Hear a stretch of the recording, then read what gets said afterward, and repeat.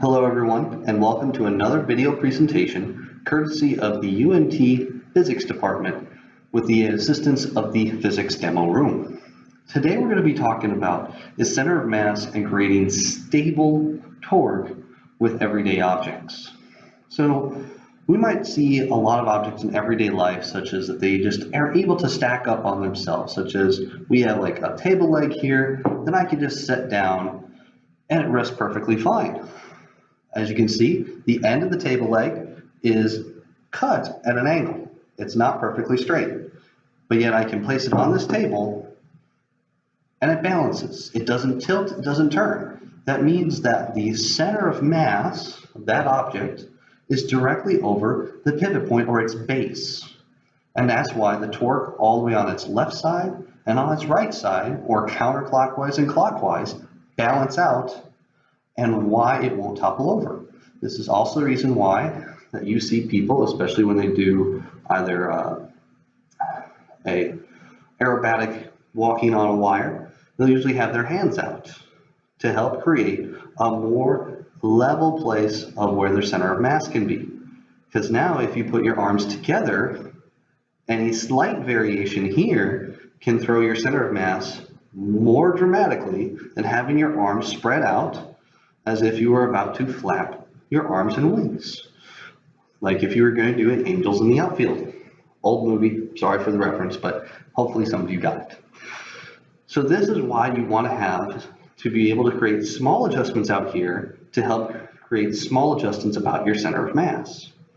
So now what I'm going to do with this little pegged object is I'm going to put the end piece, or what I would call the foot of this object, and I'm just going to place it, as you can see, on the top. It's got a little made insert for it, and there's a hole at the top of this leg. So I put that in there, and now I let go, and it topples over. Why would it do that? That's because we're now adding enough mass to where the center of gravity is no longer above the middle point or the base. It is now off-centered, and it now creates a torque and causes it to fall.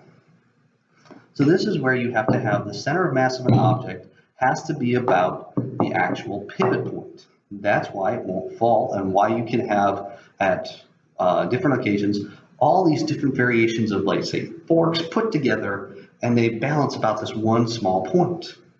You can also have this with different types of rocks when you're stacking them, of why maybe something that shouldn't balance will. It's all because of the system as a whole needs to have the center of mass about its pivot point. So another example that hopefully a lot of you have seen is this idea of putting a wine bottle in this kind of a flat piece of a wine holder. As you notice, this also has a beveled edge or an angled edge. But in our case, this is specifically designed to help you use a 2-liter bottle. So I'm going to insert, I'm just going to make sure there's no tricks here. So I put this down on the table here, falls down, not going to hold up. Okay, so now, hopefully, if this is engineered right, I can put this 2-liter bottle, which has way more mass than this guy, and I can put it in, and it balances. So now, the weight distribution of the water, along with the material of the 2-liter bottle, and the wood, and where everything is going on, means that the center of mass is right down this line, which is directly over the contact it is with the table, which means that the amount of torque that's pulling it this way and the amount of torque that's pulling it that way are going to be equal, because the center of mass of this system is directly over its pivot point. That's why it's not going to move. There's no extra forces there. Well, I hope that you all enjoyed this little video presentation, and have a wonderful day.